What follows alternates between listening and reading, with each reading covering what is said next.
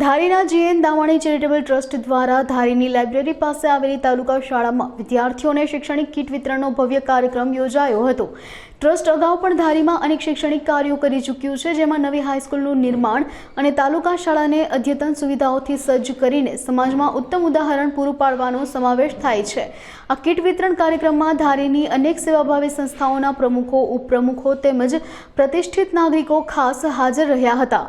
સેન દામાણી પ્રાથમિક શાળા આમ તો અમારી તાલુકા શાળા ધારી તરીકે ઓળખાય, પણ દામાણી પરિવારે રમેશભાઈ દામાણીએ એને નવું નિર્માણ કરી અને અદ્યતન બિલ્ડિંગ બનાવી દીધી હતી।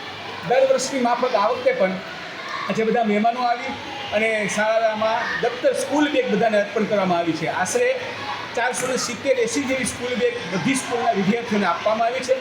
એમાં મહેમાન તરીકે આદરણીય મહેતા સાહેબ, એમની સાથે પિયુષભાઈ બજડિયા વેપારીશ્રી, અમરેલી જિલ્લા ભાજપા પ્રમુખ અતુલભાઈ કાનાણી, જીતુભાઈ જોશી, ભરતભાઈ શેઠ, કાળુભાઈ લિંબાસિયા, આ બધા જ મહેમાનો આવી અને નાના અમારા વિદ્યાર્થીઓને બાલવાટિકાથી લઈ અને 8 ધોરણ સુધીના વિદ્યાર્થીઓને સ્કૂલ બેગ આપવામાં આવી।